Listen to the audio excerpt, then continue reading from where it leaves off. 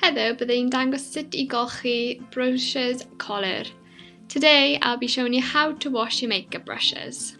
Felly yn gyntaf rhoi nhw gyd ar towel.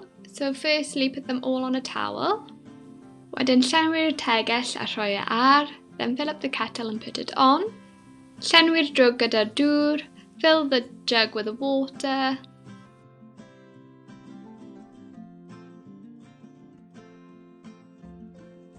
Wedyn rydw i'n rhoi tipyn bach o Johnson's Baby Shampoo I mewn, ond gallai ti defnyddio unrhyw sebon.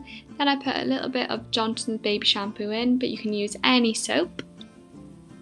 Cymysgwch y shampoo, mix in the shampoo.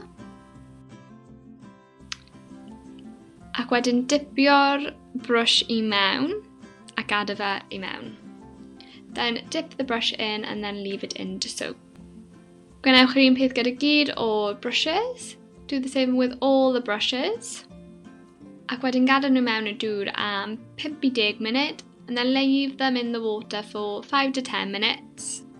Ar ôl hynny, golchyn nhw o dan y dŵr poeth a gwneud yn siŵr bod y sebon neu shampoo gyd wedi dod mas.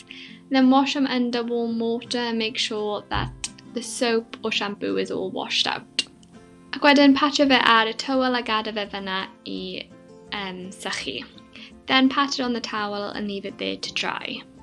Gwnewch yr un peth gyda'r holl brushes a gwneud yn siŵr bod nhw'n mynd nôl mewn eu siap nhw. Do the same with all the brushes and make sure they go into their normal shape. A dyna ni, brushes glân. And there we go, clean brushes.